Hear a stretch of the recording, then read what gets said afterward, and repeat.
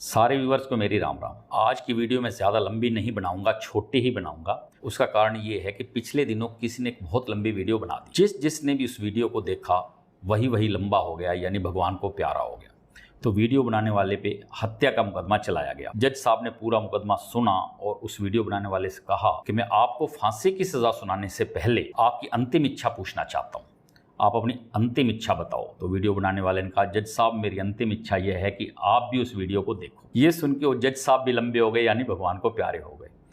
गनीमत ये है कि वो सिर्फ सपना था, हकीकत नहीं थी। हकीकत होती तो क्या होता।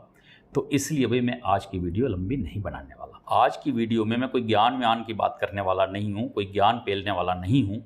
मैं आपसे कुछ बातें करना चाहता हूँ। जो मेरी इस वीडियो को देख रहा होगा वो या उसका कोई भी relative SSC, CGL, CPO, CHSL, MTS, steno, banking, railway या किसी भी सरकारी नौकरी की तैयारी कर रहा होगा, आपको बताना चाहता हूं कि अगर आप सफलता प्राप्त करना चाहते हो तो एक चीज गांठ बांधकर समझ लो कि सफलता की कुंजी है सिर्फ और सिर्फ मेहनत।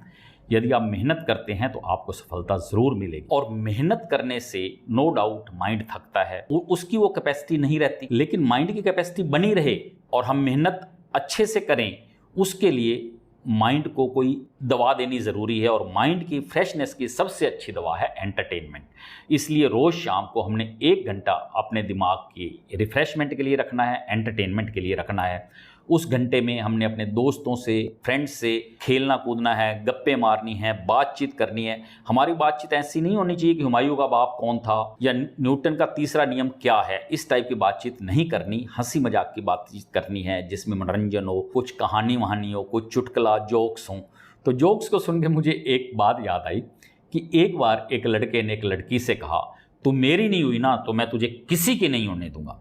जैसा कि आपको पता है सब लड़के कहते हैं, अक्सर लड़के कहते हैं। तो वो लड़की बड़ी इंटेलिजेंट थी, बुद्धिमान थी, पढ़ी लिखी थी, सीजीएल की तैयारी कर रही थी, हाजिर जवाब थी।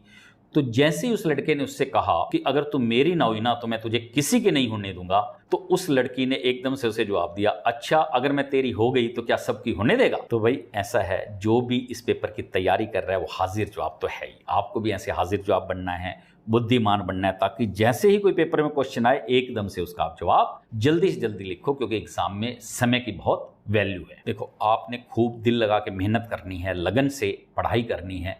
उसके लिए नो डाउट मन तो थकेगा ही। मन के लिए मैंने आपको बता दिया, आपने एंटरटेनमेंट करनी है। अगर आपके मन पे किसी किस्म का कोई दबाव है, कोई बोझ है, उसको मन पे नहीं रखना है, उसको दूर करना है। नहीं तो क्या होगा, जैसा कोटा से न्यूज़ आ रही हैं, आपको पता है कि रोज़ ही न्यूज़ आती है, कोई डिप्रेशन में चला गया, किसी ने सुसाइड की कोशिश कर ली। ये क्यों है? क्योंकि उनके मन में खुशी का अभाव। एक वक्त था, पुराने समय में क्या था, अभाव में खुशियां थी, और आजकल खुशियों का अभाव है। तो हमें अपनी ज़िंदगी में खुशियों का अभाव नहीं रखना, अपने मन को हमेशा संतुष्ट रखना है, खुश रखना है। अगर आपके मन में कोई संशय है, कोई प्रॉब्लम है, कोई परेशानी है, तो आपने उस परेशानी को अपने पेरेंट्स के साथ शेयर करना है। देखो, पेरेंट्स कितने से कितनी बड़ी आपकी परेशानी होगी उसको चुटकियों में दूर कर देंगे, ये मेरा दावा है। और अगर आप पेरेंट्स से देखना बात करके इतना हल्का मन महसूस करोगे, आपकी वो प्रॉब्लम दूर हो जाएगी। क्योंकि आपके पेरेंट्स ही आपके वो सच्चे मित्र हैं जो आपकी किसी परेशानी को दूर करने के लिए इंसान से तो क्या, भगवान से भी लड़ लेंगे।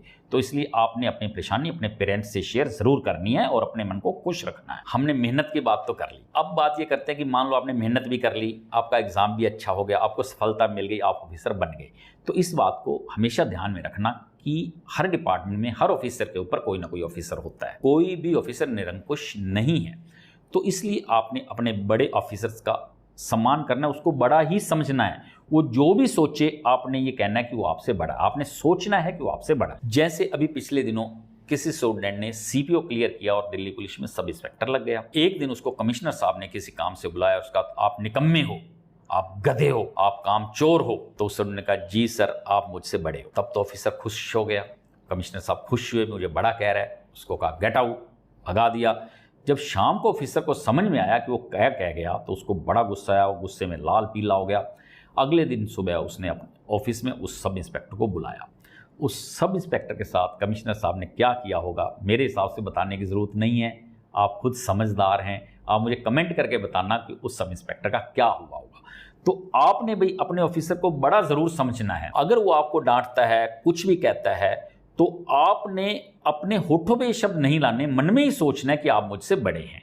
उससे आपको गुस्सा भी नहीं आएगा, आपको संतुष्टि भी होगी और आपका ऑफिसर भी नाराज नहीं होगा। आपको चुप रहना है और अपने मन में ही सोचना है जी सर आप मुझसे बड़े हैं। तो भाई ठीक है, आज मेरे हिसाब से मैं और आगे नहीं बोलना चाहता, कहीं ऐसा ना हो कि वीडियो लंबी हो जाए और फिर वो पहले जो शुरू में बताया वही हर शो। अपनी वीडियो को यहाँ ख़त्म करता हूँ, बाकी की बातें अगली वीडियो में।